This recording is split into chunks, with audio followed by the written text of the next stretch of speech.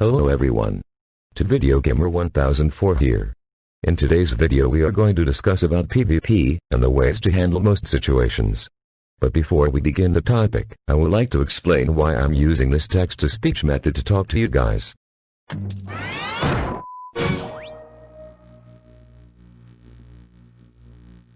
So from here on out, when I make videos that are informative like this one is going to be, I will be using text-to-speech due to much easier clarification and less scripts to plan out. I personally feel that it will make my informative videos more professionally done. If the video isn't an informative one, then I will use my actual voice. Say videos that are discussing about things or making theories. Like film/game theory. Now that is over, let's get into today's topic. Grand Theft Auto Online PvP. First off, let's discuss what PvP is and what variation we are going to discuss today. PvP stands for player versus player. Now there is an entire community that is devoted to doing nothing but killing other players in free roam because they can't play game modes that aren't built for that. Which is kinda sad. The money grinding community is much larger and uses free roam for money due to it being the only legit source for some great money. So I will mainly focus on free roam PvP due to the fact that is the only mode I enjoy minus any doomsday missions. Contact me if you'd like help doing them on PS4 5th when 5 version releases. Free roam PvP is a mixture of cow crap and a beautiful landscape from that one scene in Madagascar movie. If you have people that actually have respect for the game and every single player, then PvP is awesome. But what you have, what me and other PvP players call sweats, the battles are just boring and lame. These players will complain about lowering their KD if you beat them in fights, or if they are, quote-unquote, smart, they drop a pile of C4 next to their feet and go boom if they feel they won't win a fight. Just utter sadness. I do have respect for these sweats, by the way. If it wasn't for them, I'd have nothing to do when I'm not working on my businesses or collecting free ammo. Free ammo is another topic for another informative video. So in a way I am telling any of these sweats to buzz off and not to, due to that fact. I will say though that these players really need to do one thing, which is target prioritize who wants to PvP or not. If they targeted players that were, like me, for example, sitting around or roaming the map waiting for someone to pull something, then the game would be perfect and PvP would be fully fun for everyone. It isn't fair that for players that don't care for PvP had to be bothered by sweats. Now if you don't care for PvP, like me, and you encounter a sweat, use everything and everyone at your disposal to kill them. This will piss them off and either make them want to continue fighting you or buzz off, depending on each player, of course. If you are someone who enjoys PvP, once again like me because I both do and don't enjoy it, fight as you deem worthy of fighting within your arsenal. I mainly activate a CEO, dropped armor, and bullsuck testosterone to demonstrate I don't fully care to engage with certain players depending on my character I'm on. Just remember that what I just said is something your enemy target can do as well. So if both of you have BST on, make sure to have the upper hand in order to win. Rockets, C4, etc. If you are lucky, the target will either rage quit or run away. If the target runs, up to you to continue the fight or let them run in shame. Now that I mentioned it, let's talk about bullsuck testosterone.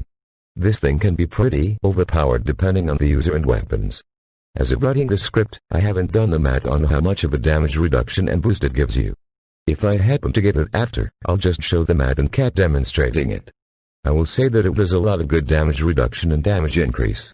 Please, for the love of anything that is holy, do not ask me how it increases the damage you do to anything you shoot. I'm not a physician. All I know is that if you use it and find someone with two weapons, I know of so far, that the heavy sniper and the musket when you have BST activated will one-shot anyone who doesn't have BST on them.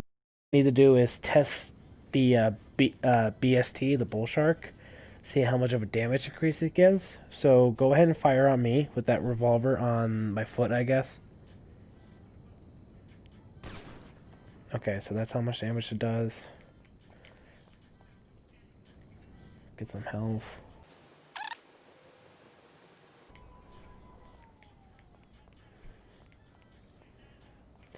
Okay, and now abilities, drop bull shark. Alright, you see it?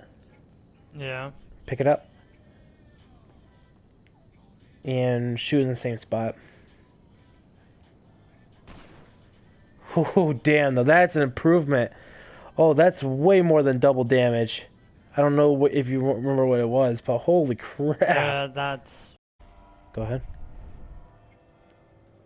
Pop you? No, not in the head. In the foot, like last time. I'll shoot you in the knee. That works too. That is such a damage reduction. Holy crap. Fans of the channel will know that I covered the health mechanics system in the game already. I will say I missed a few things about healing that I'm gonna add towards BST. If you're on your favorite bike, you can survive a BST user more than an on-favorite bike. Due to the damage reduction it gives you and the free full health regen it gives. You can also use, if you wanted, the mission called Stand Your Ground. Now any member that is part of them stands in the area they heal to full. But if all members of them are in it together, it seems to behave like BST. Something I need to test as well and will show any testing I do after the script if I get to it. Alright, so... That's fine, I don't care. You pay the money anyway. You. It didn't make me pay. You have the heavy revolver, right? Me or him? Him. So Elliot, come in the circle. I mean square, whatever the fuck this thing's called. Huh? Nah, it doesn't matter. Go ahead. So we already know what the damage of it does base. So go ahead and just shoot me in the chest. Did you put BST on? I just killed him in one shot. That sounds not right. That can't be. What the fuck? Here, come on. Hold on, no. You were standing right there. Austin, stand back there again.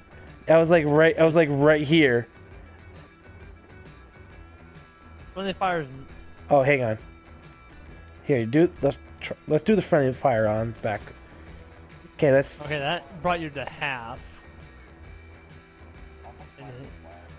Probably. Yeah, get back in the square. All right, so the defender bonus is now on. Try again. Huh.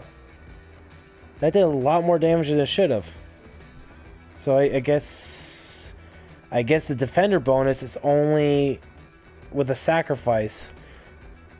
So if, let's see, go to full health, eat some snacks.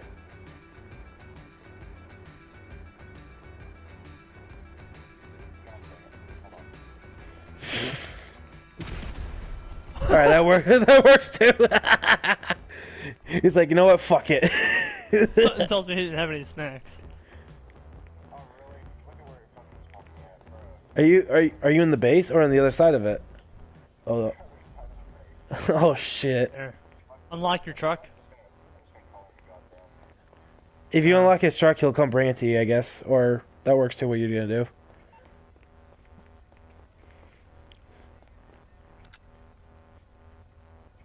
do? Ow! Hmm.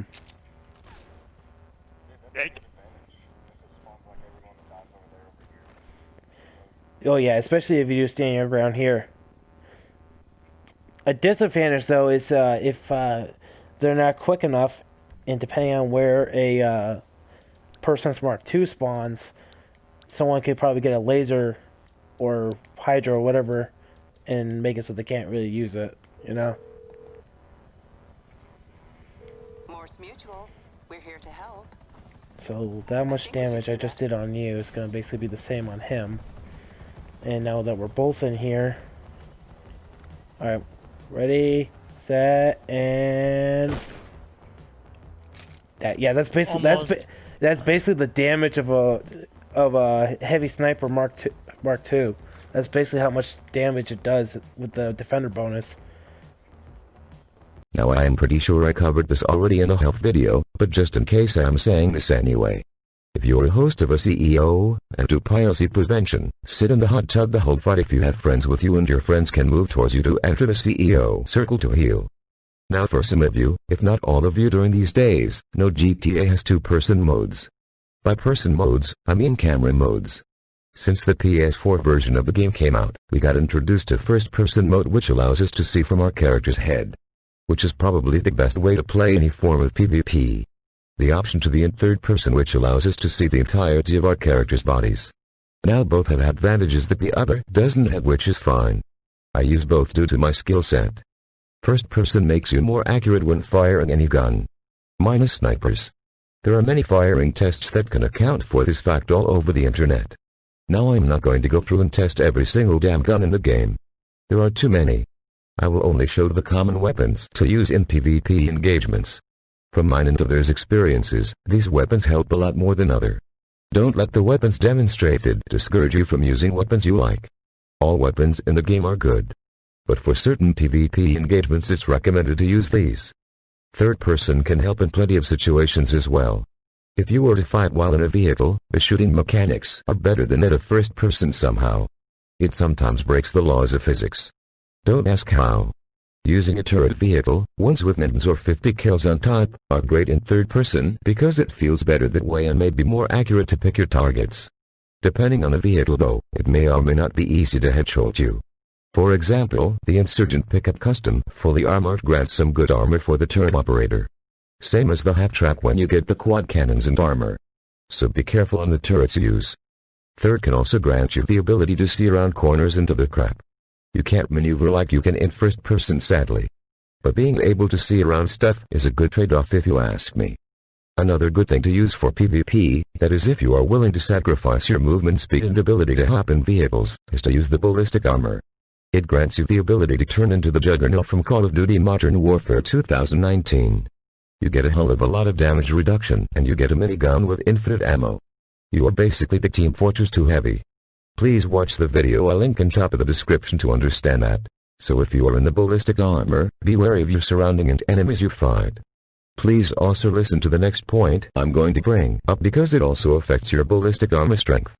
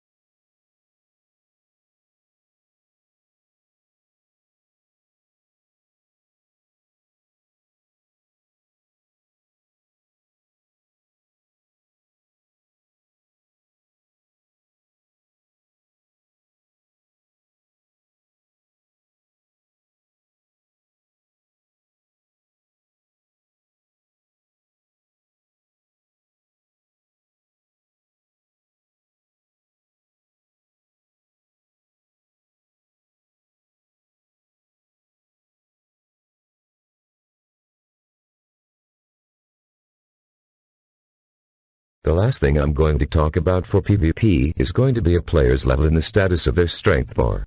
Now when you level up to certain points, you gain more health. More health equals more damage you can take. But that's not the only factor that applies to surviving through damage. The last factor is strength. Once you've reached max strength and health, you can survive a heavy sniper to the point you'd have a sliver of health left. So you have several choices at this point.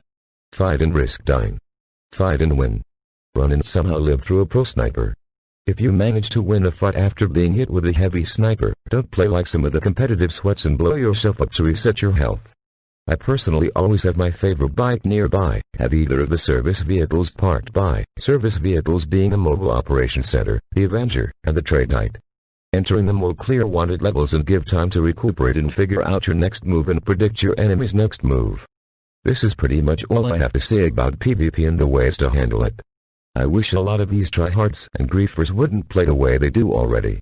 I know they enjoy a challenge, and with the things I've mentioned, are far more challenging than what their playstyles are. Oh well. I hope you guys enjoyed all this and I will see you next time.